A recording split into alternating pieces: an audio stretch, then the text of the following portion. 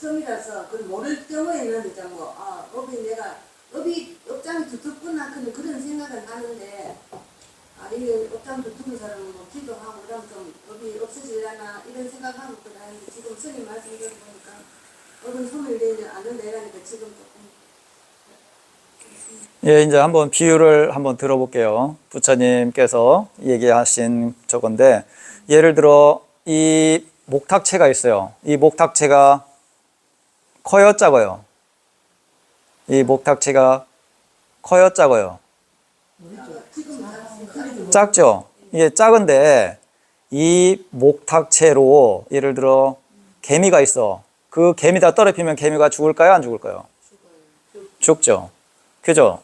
이게 작지만 어디에 영향을 주느냐에 따라서 클 수도 있고 작을 수도 있어요. 그러면 개미가 왜 개미를 비유했냐면 개미가 선업이라고 했을 때, 개미가 선업이고 이 목탁채가 악업이라고 했을 때 이 악업이 이 정도로 그 개미, 선업이 워낙 작기 때문에 큰 영향을 줘요. 이 자그만 악업이 선업이 없는 사람한테는 큰 악업이 돼요. 영향을 강하게 줘요. 이 악업 때문에 지옥에 태어날 수도 있어요. 왜? 선업이 너무 약하기 때문에. 그런데 선업이 개미로 표현한 건데 내가 살면서 선업진 일이 없어. 크게. 그런데 악업도 크게 안 졌어. 그러나 이 목택체만큼 악업을 졌어요. 선업이 너무 없기 때문에 이 악업 때문에 지옥에 태어날 수도 있어요. 그게 이제 뭐냐면, 그런데 이제 또 예를 들어 이 목탁체가 저한테 이거 바로 여기서 떨어뜨리면 큰 영향을 줘요, 못 줘요? 못 주죠. 살짝 뭐가 스쳤다고는 알지만 큰 영향은 안 받아요. 이 몸은 뭐예요? 선업덩어리라고 했을 때는 이 악업이 나한테는 큰 영향을 못 줘요. 이렇게 이제 비유를 할 수가 있어요. 그게 이제 소금덩어리 비유경이라고 부처님께서 그걸 이제 어떤 신자가 물어봐요. 부처님한테 악업에 대해서. 악업을 졌으면 이게 소멸이 됩니까? 했을 때 이제 비유가 뭐냐면 주먹만한 소금 덩어리가 있어. 이 소금 덩어리를 조그만 종기다 넣으면, 물 있는 종기다 넣으면 그 종기에 있는 물을 먹을 수 있어요? 못 먹어요? 못 먹어요. 너무 짜서. 종기에 있는 물이 너무 작기 때문에. 그러면 그 물은 엄청 짜겠죠. 소금 덩어리가 주먹만하기 때문에. 그런데 이 주먹만한 소금 덩어리를 큰 달아 있죠. 물이 가득 차 있는 데다 넣으면 그 물을 먹을 수 있어요? 못 먹어요? 먹을 수 있죠. 왜? 그 물이 많은 데다 소금을 주먹만큼 넣기 때문에 조금 짭짤하고 말아요. 예. 그러나 그게 이제 업의 비유 덩어리라, 이제 그 소금 덩어리 비유 덩어리라 갖고 업은 소멸되지 않아요. 작용은 해요. 작용을 하지만 내가 선업이 적은 사람은 그 악업이 적다고 해도 영향을 크게 받는 거고, 선업을 많이 지은 사람은 그 영향을 덜 받는 거예요. 작용은 해요. 그러니까 큰 교통사고 날 걸 살짝 접촉사고만 난다든가, 다리가 부러질 걸 다리에 기스만 난다든가. 이건 뭐냐면 내가 선업을 크게 짓지 않았으면 그 다리가 완전히 불구될 수도 있었는데 선업을 많이 지었기 때문에 살짝 기스로서 삐끗하고 작용은 해요. 소멸된다고는 표현을 안 하세요. 그런데 이제 그런 관점에 소멸은 수단가를 얻었을 때 악처에 태어날 수 있는 업은 소멸돼요. 왜 악처에 태어날 수 업은 소멸되냐면 수단가를 증득하면 악처에는 태어나지 않는다고 해요. 그게 법칙이라고 해요. 법칙. 부처님이 해주시는 게 그게 이치가 그런 이치를 갖고 있다. 한마디로. 이런 관점. 우리가 지금 사람으로 태어나는 것도 좀 전생이 그런 문제. 많이 좋은 업을 선업을 많이 지가 인간으로. 그죠. 이게 이제 인간까지는 선처로 들어가요. 인간까지가 선처. 그리고 선처 중에서 천상은 그 이상이고 선처. 그리고 인간 밑으로는 악처로 들어가요. 그러니까 이제 부처님께서 이제 초기에는 대부분 우리가 지금은 6도 윤회를 하지만 부처님 그 초기 경전에서는 5도를 말씀하세요. 최고가 지옥. 그 다음에 뭐예요? 악이 뭐 이렇게 표현하는데 악이라고 하는 것보다는 초기 불교 쪽에서는 지옥, 그 다음에 축생이 들어가요. 축생이 되게 악초로 들어가요. 그런데 이제 축생 중에 우리가 이제 예를 들어 개라든가 조금 뛰어난 축생들도 있잖아요. 그런 축생들은 그래도 그나마 낫지만 아주 민물들 있죠. 곤충이라든가 개미라든가 개미보다도 더 민물인 경우는 거기서 어떻게 벗어나겠어요? 어떻게 벗어나겠어요? 그잖아요. 그 이상의 존재로 태어나려면 아주 오랜 세월에 버티야 그거보다는 더 나은 존재로 태어날 수 있겠죠. 그 다음에 뭐냐? 이제 삼악도라고 했을 때 세 개의 악도라고 해요. 첫 번째가 지옥, 두 번째가 축생, 그 다음에 악귀로 들어가, 악귀. 악귀. 그 다음에 이제 이게 삼악도예요. 세 개의 악도. 이건 악초로 들어가. 그 다음에 선처가 인간, 천상. 이게 선처로 들어가는 거고. 그러면 이제 또 약간 저거 우리 육도에서는 수라로 들어가죠. 수라. 그게 이제 인간보단 높다고도 뭐 표현하는 사람도 있고, 인간보단 낮다고도 표현을 해요. 6도로서는 그렇게 말하고, 5도로서는 그렇게 표현해요. 그러니까 이제 부처님께서는, 그러면 우리가 기도한다든가, 절을 한다든가, 공양물을 먹는 건 뭐예요?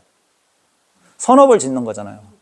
선업을 지으면 악업은 힘이 점점 소진되는 거지 사라지는 건 아니잖아요. 그죠? 상대적인 거기 때문에. 그러면 내가 살면서 크게 선업도 없고 악업은 조금 있어. 이런 경우는 그 악업의 영향을 크게 받아요. 선업이 영향이 너무 없기 때문에. 그렇기 때문에 이 목탁체만큼의 악업으로 선업이 너무 작기 때문에 지옥에도 태어날 수가 있다. 그냥 일률적이지 않다는 거예요. 그렇기 때문에 그런 식으로 이제 업은, 그러면 우리가 업을 말했는데 업을 어떻게 하면 소멸돼요? 했을 때 우리가 모든 행은 이런 행, 좋은 마음을 일으킨다든가 나쁜 마음을 일으킨다든가 어떤 대상을 받다든가 이랬을 때 좋아하는 마음이 일어나잖아요. 싫어하는 마음도 일어나고요. 그게 업이 된다겠죠. 그게 이제 어떻게 표현할 수 있냐면 이거하고 똑같아요. 업이 어떻게 작용하는 거냐. 그럼 업이 어떻게 작용하는지 모르잖아요. 그런데 우리가 길을 가다가 보면 어떤 사람을 딱 봐요. 그러면 갑자기 내가 생각하지 않았던 사람이 인식이 딱 떠올라요. 저 사람? 연예인. 그거 아니면 어떤 친구. 그건 뭐예요? 오랜 세월에 기억에 들어가 있어요. 기억이 업이라고 해봐요. 똑같이 대상이 부딪히면 작용을 해요. 그게 잠재어 있다가 연예인, TV에서 많이 봤어. 어떤 연예인을. 잠재되어 있어. 기억에. 그러다가 길을 가다가 어떤 사람을 보니까 그 연예인이 딱 떠올라요. 이건 뭐냐면 그 조건이 성숙되고 대상이 부딪히니까 작용을 해요. 업이 그렇게 작용해요. 업은 그렇게 작용해요. 업은 언제 발현될지를 몰라요. 조건이 성숙되었을 때 대상이 부딪히면서 작용해요. 업은 그런 식으로 작용하는 거라. 그런데 이제 우리가 다음 생에 강한 업이 있어요. 그러면 강한 업은 다음 생에 성숙되었기 때문에 작용을 하는 거라. 그게 사람 몸을 받으냐? 강한 업이 선업의 관점이냐? 악업의 관점이냐? 대상에 부딪히면서 그렇게 작용을 해요. 그런데 이제 사소한 업은 어떤 조건에서 작용할지는 몰라요. 그리고 이 업이 1년 뒤에 작용할지 100년 뒤에 겁 뒤에 작용할 수도 있어요. 조건이 됐을 때, 대상이 부딪혔을 때 작용해요. 그렇기 때문에 우리가 TV라든가 이런 거 보면 1000년 전에 천년 전에 연꽃 씨앗을 발견하는 경우 있죠. 어디 발굴하다가 그 이제 경주라든가 이런 데 연못을 발굴하는데 거기서 천년 전에 연꽃 씨앗을 발견하고 막 이런 씨앗들을 발견한 경우가 있어요. 그러면서 그것을 싹을 틔우는 경우, 그죠? 조건이 되지 않아갖고 잠재되어 있다가 조건을 만들어 가니까 발현하잖아요. 업은 그렇게 작용을 해요. 그런 식으로 업을 이해하면 돼. 존재의 업은. 그러나 그건 소멸되지는 않아요. 언제 작용할지는 몰라요. 누구도. 조건이 소멸된다는 건 해탈을 해서 소멸되는 그러니까 이게 수단가를 얻는다든가 수단가를 얻으면 악처에는 안 태어난다고 해요. 7생 안에 해탈을 성취해요. 아란을. 그렇기 때문에 그 존재는 인간 밑에로는 안 태어나요. 수단가는. 그러면 수단가를 증득하면 악처에 태어날 수 있는 씨앗은 소진돼요. 거죠. 해탈하면 어떤 게 있는 거예요? 저는 해탈하면 어떻게 그러니까 이제 해탈은 이런 식으로 표현할 수 있어요. 제가 이제 예전에 이제 그런 비유를 많이 했는데, 해탈된 분들의 마음 상태. 그죠? 해탈된 분의 마음 상태. 뭐가 소멸된 분이라고 했어요? 탐진치. 탐심의 마음. 그죠? 욕심내는 마음이 사라지고, 그 다음에 뭐예요? 탐진치. 썩내는 마음. 그 다음에 뭐예요? 어리석은 마음이 소멸된 분들을 해탈됐다고 해요. 해탈됐다.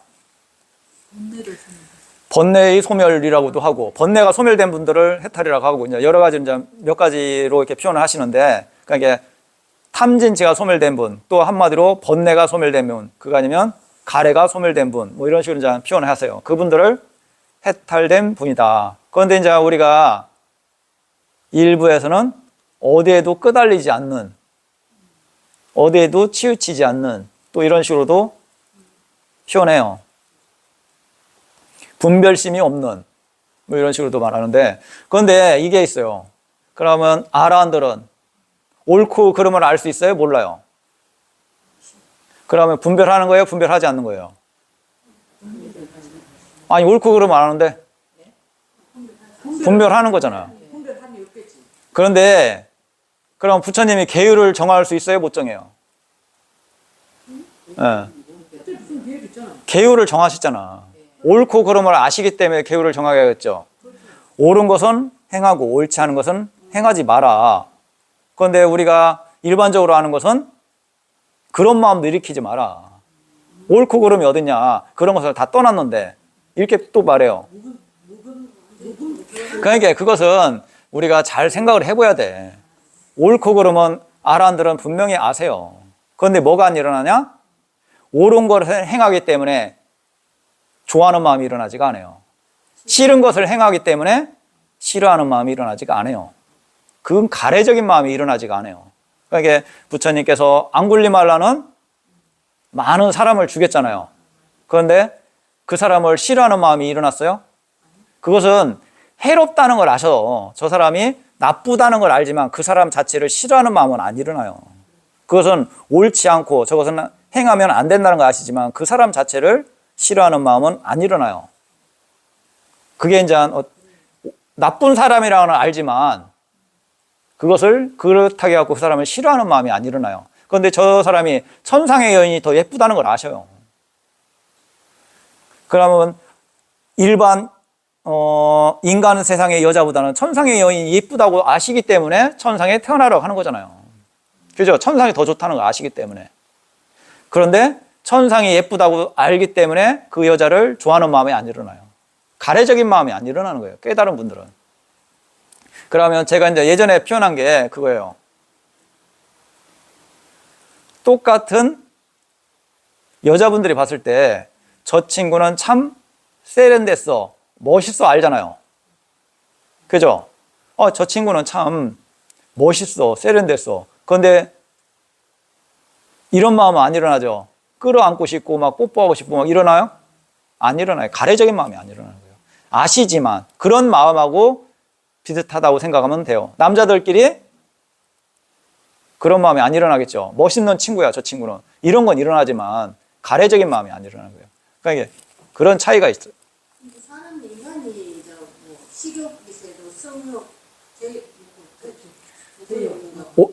오용락. 그거를 다 없애려면 진짜 신이 아닌 거죠. 아니 그러니까 깨달은 분들은 그 가래가 소멸됐기 때문에 업이 만들어지지 않아요. 그게 소멸됐기 때문에 업이 만들어지지 않아요. 업이 만들어지지 않기 때문에 다음이 없는 거예요. 조건 자체가 형성되지가 않아요. 조건 자체가. 그러면 이런 애는 그런 게 없잖아요. 그런 뭐 아라한 경제 올르신 부처님 처음부터 그런 게 없었을까요? 태어날 때부터. 아니 이런 애는 없어요. 뭐 어떤 애가 없냐? 막 태어난 애가 그런 마음이 있어요, 없어요? 없죠. 이제 태어난 지 한 3일 됐어. 여자를 보면 좋아하는 마음이 일어나요, 안 일어나요? TV 뭐 있던데요. 어제 애들 하나 또. 아니 3일 되네. 그러면 그 애가 깨달은 사람이에요, 아니에요? 아니에요. 그걸 말씀하세요. 부처님께서 누가 그런 것을 말했을 때 안 일어납니다 했을 때 그러면 그게 깨달은 거냐? 그거라면 그 애는 없어요. 그런데 뭐가 남아있냐? 뭐가 있냐? 잠재 성향이 있다고요. 잠재된 성향.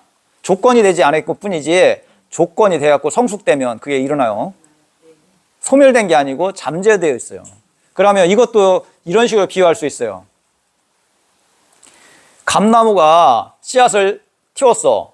그러면 그 씨앗이 틔웠을 때 새순이 났어. 그럼 그 감나무에 뭐예요? 감나무예요? 감나무라고 하질 않아요. 새싹이라고 하지.